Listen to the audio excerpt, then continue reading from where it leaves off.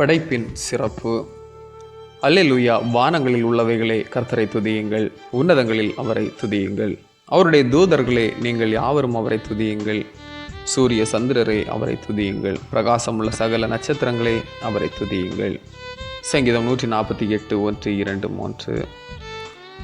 மனிதர்கள் மட்டுமல்ல, இயற்கையும் கடவுளை போற்றுவதற்கான அழைப்பை பெறுவதை சங்கீதம் 148 குறிப்பிடுகின்றது. வானமும் பூமியும் இவைகளுள்ள அனைத்தும் கடவுள் பார்வையில் வேறுபடுவது கிடையாது. அனைத்தையும் கடவுள் சரிசமமாகவே கருதுகிறார் என்பதும் வெளிப்படையாகவே சொல்லப்பட்டிருக்கிறது. படைப்புகள் ஒவ்வொன்றும் ஒன்றுக்கொன்று உயர்வானவைகளோ குறைவானவைகளோ அல்ல, ஒன்றுக்கு ஒன்று நிகரானவை. கடவுளின் படைப்பின் சிறப்பினை நாம் இந்த வழியாகவே புரிந்து கொள்ள வேண்டும். கடவுளை போற்றுவதற்கு ஒன்றுபடுகின்ற படைப்புகள் அனைத்தும் பூமியின் வாழ்வுக்கு ஒன்றுக்கொன்று உறுதுணையாகின்றன. தேனீக்கள் தேனை உற்பத்தி செய்கின்ற சிறிய உயிரினமாக காணப்படுகின்றன. மனிதர்களின் பார்வையில் பெரும்பாலும் மதிப்பு மிகுந்ததாக ஏற்றுக்கொள்ளப்படுவது கிடையாது.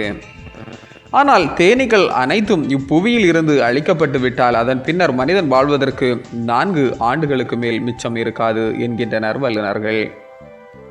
கடவுள் உலகை படைத்த பின் 7ஆம் நாளில் ஓய்ந்திருந்தார் என்று படைப்பின் வரலாறு சொல்லுகிறது. ஓய்வும் படைப்பின் ஒரு ஒப்புரவு அம்சமாகவே கருதப்படுகின்றது.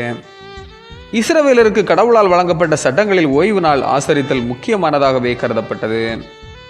கடவுளின் படைப்பில் அனைத்துமே சரிசமம் என்பதை புரிந்து கொள்வதும், படைப்புகளில் ஏதாவது ஒன்றிற்கு ஏற்படுகின்ற பாதிப்பு நேரடியாகவோ மறைமுகமாகவோ மற்றவற்றை பாதிக்கிறது என்பதையும் உணர்ந்து கொள்ள வேண்டும். ஆமேன். இந்த நாள் உங்களுக்கு இனிய நாள்.